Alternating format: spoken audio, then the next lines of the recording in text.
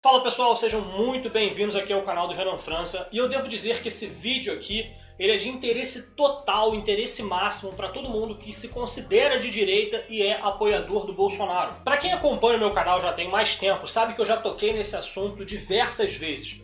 É realmente muito difícil, depois de mais de 3 décadas de governos esquerdistas aqui no Brasil, é realmente difícil você encontrar pessoas comprometidas com os ideais da direita, ou seja, é difícil você encontrar aliados com quem você possa contar, para você saber que ali na hora H aquela pessoa não vai dar uma esquerdada como um Sérgio Moro da vida, que a gente foi descobrir tarde, infelizmente, as verdadeiras intenções, os verdadeiros ideais. Porra, desarmamentista, tem uns papos tortos aí sobre aborto também, enfim. E diante desse breve resumo que eu passei pra vocês, tá rolando uma treta aí, no Twitter principalmente, entre um perfil chamado Let's Dex, que você que acompanha aqui o meu canal, talvez você não conheça, mas ele tem, assim, participado bastante aí dos assuntos políticos, principalmente aí nesse último ano, foi citado na CPMI das fake news. Tenho certeza que muita gente conhece, mas pode ser que tenha gente que não conhece. É um perfil fake, ninguém sabe qual é a verdadeira identidade dele, mas parece que tá rolando uma treta dele com a Paula Marisa, youtuber Paula Marisa, e alguns deputados de direita,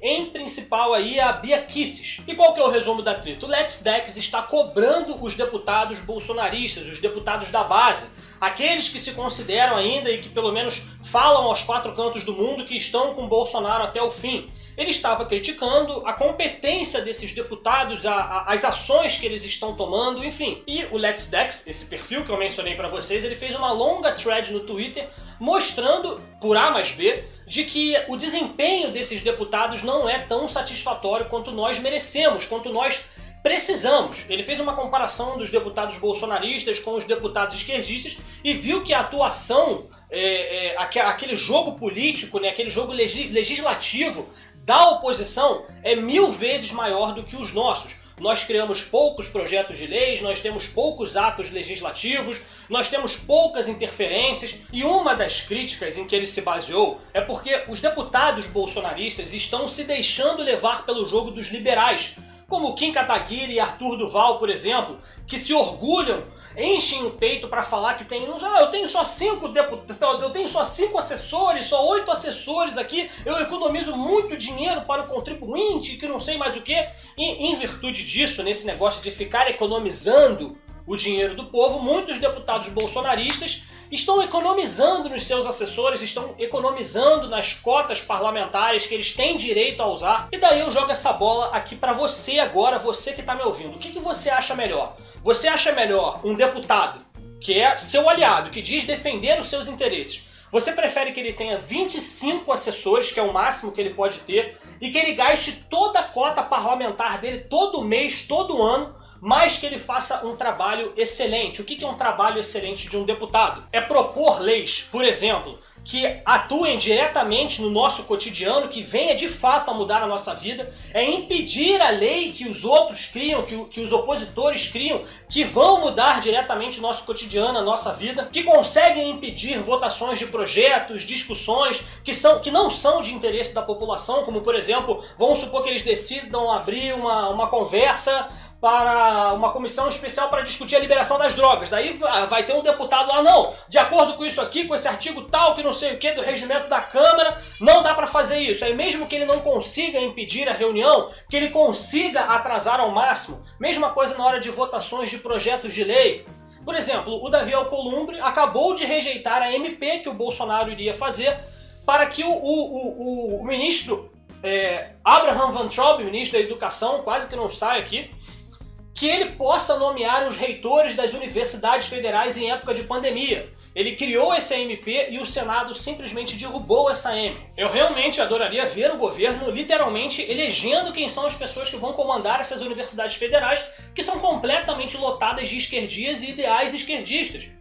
O que os nossos deputados poderiam fazer para contornar essa situação? A gente tem aí o Luiz Felipe de Orleans e Bragança. Daí ele vê que o governador do Rio Grande do Sul tá comprando um monte de respirador superfaturado, daí ele vai lá e denuncia, fala, olha só, o governador tá superfaturando, tá fazendo um negócio sem licitação aqui, os respiradores que o cara comprou, eles vieram quebrados. É esse tipo de coisa que um deputado tem que fazer. A verdade é, os nossos deputados estão fazendo isso? Sinceramente, você que tá me vendo, você se sente bem representado pelos deputados da base? Você acha que eles estão fazendo tudo o que podem? Vejam bem, eu vou dar um exemplo próprio da pessoa que eu votei para deputado federal, que foi o Carlos Jordi.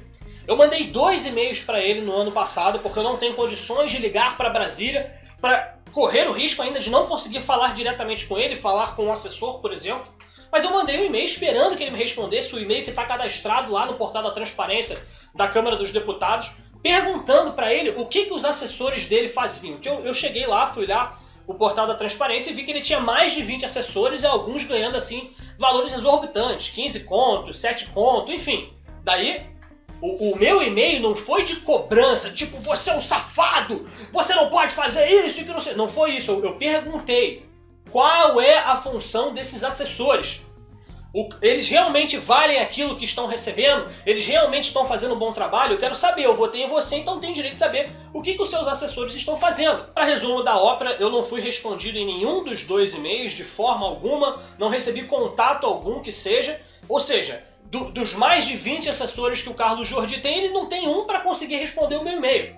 E se eles viram o meu e-mail e não responderam, é pior ainda. Aí eu já considero caso de traição. Ignorar um eleitor, pra mim isso aí, meu amigo, é o fim. Não tem mais o que falar.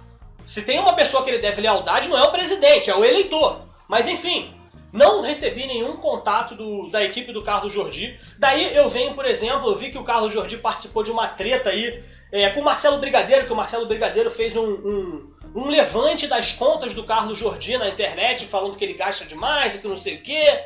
Daí o Carlos Jordi foi responder a esses questionamentos do Marcelo Brigadeiro. E quando você vê aquele vídeo, você chega a sentir pena. Não por causa do conteúdo, do que ele falou, da maneira como ele respondeu os argumentos.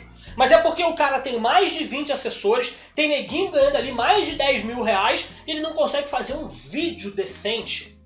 Um vídeo com uma iluminação bacana, com cortes, com uma boa edição para que fique apresentável ao povo e as pessoas sintam a vontade de ver. Quando você vai olhar o canal do YouTube do Carlos Jordi, tem menos audiência que o meu, que eu considero um canal super pequeno. Então, dos mais de 20 assessores que o Carlos Jordi tem, o que eles estão fazendo? Daí nós podemos pular, por exemplo, para o Luiz Felipe de Orleans e Bragança, que eu já tomei porrada aqui nesse canal por criticá-lo. Não porque eu acho que ele seja um corrupto, um vendido, um canalha, que eu não quero mais que ele seja deputado. Eu só acho que a atuação dele está errada. A maneira como ele aborda os problemas, para mim, é errada. O Luiz Felipe é um dos que mais economizam dinheiro com assessores e cota parlamentar, mas, para nossa falta de transparência, né, ninguém sabe para onde vai o dinheiro que esses deputados economizam. Você tem direito aí a cota parlamentar, a verba de gabinete, 25 assessores. Daí você, sei lá, coloca 8 assessores, gasta menos da metade da cota parlamentar. Esse dinheiro que está sobrando, que seria destinado a você, para onde que esse dinheiro está indo? Ele está sendo realmente usado para uma boa causa? Realmente está valendo a pena economizar esse dinheiro? Então eu repito a pergunta do começo do vídeo. Você prefere um deputado cheio de assessores que fazendo um trabalho decente? Ou você prefere um deputado que economiza bastante a munição dele e não faz absolutamente nada? Ele está economizando ali um pouquinho do seu dinheiro, mas quem é que disse que esse dinheiro vai ser revertido para você? E eu não paro por aí quando eu vou mencionar o Luiz Felipe. O Luiz Felipe de Orleans e Bragança, você não vê ele ativamente nesses problemas principais que acontecem no Brasil. Quando acontece alguma coisa absurda, como por exemplo, o STF mandar a Polícia Federal na casa de blogueiro porque eles criaram memes, que foi o caso, por exemplo, do Terça Livre, que eles chamam a galera do Terça Livre de blogueiro, né? Acho que isso é coisa do Felipe Moura Brasil. Mas enfim, quando alguma coisa absurda dessa acontece, daí vem o Luiz Felipe lá no Twitter dele, com aquela pomposidade, meu Deus do céu, com aquela palavra refinada assim que você fala, meu Deus, é um lord inglês, é um gentleman, meu Deus do céu, é realmente descendente da família imperial brasileira. Mas se resume a isso. Ele fala algumas palavras bonitinhas, ele fala em outras palavras o óbvio. Você, cidadão comum, fala, mas que absurdo, STF canalha. Daí o Luiz Felipe fala isso com palavras mais refinadas. E todo mundo, é isso aí, príncipe, que não sei o quê. Tá, mas e a atuação de fato? O que está sendo feito? Eu não vou dizer que a crítica do LexDex, colocando a criação de projetos de leis como um parâmetro para decidir se um deputado é bom ou não, criar projetos de leis, não é exatamente algo bom, porque, porra, primeiro que já tem lei pra caraca. Segundo, que você cria um projeto de lei, quem é que disse que essa lei vai andar para frente? O quanto tempo isso vai ficar engavetado, por exemplo, ali nas costas do Rodrigo Maia, na gaveta do Rodrigo Maia? Então, a verdade é essa. Eu realmente não sinto que os nossos deputados bolsonaristas estão fazendo tudo o que podem. A gente vê uma pequena base ali desses deputados falando o tempo todo que o trabalho deles é sensacional, é isso aí, meu Deus do céu, mas o que eu acho é que essas pessoas têm um ego muito grande. Quando a gente vai fazer uma crítica a eles, a gente recebe esse tipo de resposta aqui, por exemplo, esse absurdo. Quer dizer, é ou não é uma verdadeira jumenta, meu Deus do céu? Não, eu já tenho ativistas sociais demais para lutar pela minha causa, não preciso de assessores. Se tivesse realmente fazendo um bom trabalho, a gente saberia. Mas nem um assessor para poder divulgar o próprio trabalho vocês conseguem fazer. Você acha que a oposição está preocupada com quanto eles estão gastando com verba parlamentar? Com cota parlamentar, verba de gabinete, seja lá mais o que for que esses malucos têm? Você acha que eles estão preocupados com isso? Você acha que tem algum dos eleitores deles, criticando-os por eles estarem gastando demais? Agora, os deputados bolsonaristas, eu estou aqui falando abertamente para eles contratarem os 25 assessores e usarem esses assessores da melhor forma possível. Mas que isso não seja usado de desculpa, de desculpinha, para lotar o gabinete e dar favores para os amiguinhos. Se você for contratar mais de 20 assessores e gastar toda a sua cota parlamentar, a gente quer ver esse trabalho sendo feito. A gente precisa dessa transparência. Porque o que está faltando na direita, infelizmente, quando as pessoas falam ah não pode dividir a direita e que não sei o que mais o que, criticar um aliado não é uma ruptura, não é uma divisão da direita. O que está faltando realmente é união, daí eu concordo.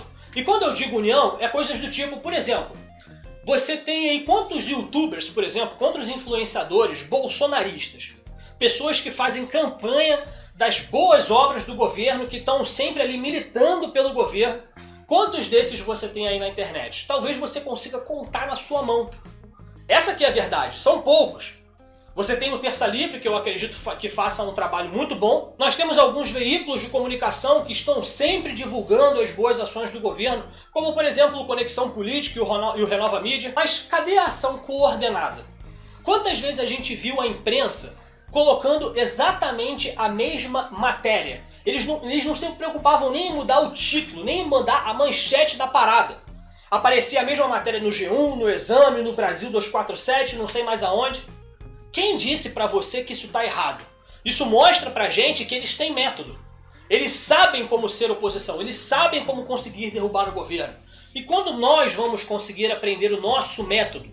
Você acha que eu me importaria de participar de um grupo de WhatsApp, por exemplo, onde tem alguém falando, galera, olha só, tá acontecendo isso, amanhã vamos todo mundo falar sobre isso.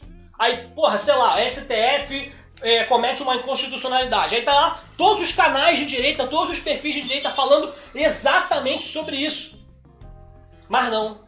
Você vê, por exemplo, o Bernardo Kister falando que teve acesso ao inquérito, daí você vê a Sarah Winter fazendo um acampamento lá não sei aonde, daí você vê a Paula Marisa discutindo com o Let's Dex, daí você vê o Let's Dex criticando os deputados. Quantos debates entre eles mesmos essa galera conseguiu promover? A Paula Marisa faz tanta live, mas chamar as pessoas de fato para um debate, eu vou até me corrigir um pouquinho aqui, vou até ser um pouquinho mais justo, porque eu vi que a Paula Marisa chamou o Let's Dex para um debate, chamou até o próprio Pontes, esqueci, esse é o nome do perfil dele, o próprio Pontes, eu esqueci qual que é o nome dele, mas eu vou deixar aí na tela. Mas a verdade é, cadê a ação coordenada? Estamos aqui discutindo se a ação de um parlamentar é boa ou ruim, se a ação de um militante é boa ou ruim. Então quando que nós vamos começar a coordenar essas ações, meu Deus do céu? Quando que nós vamos começar a agir de fato em prol do Brasil e não apenas do próprio bolso, do próprio ego, meu Deus do céu?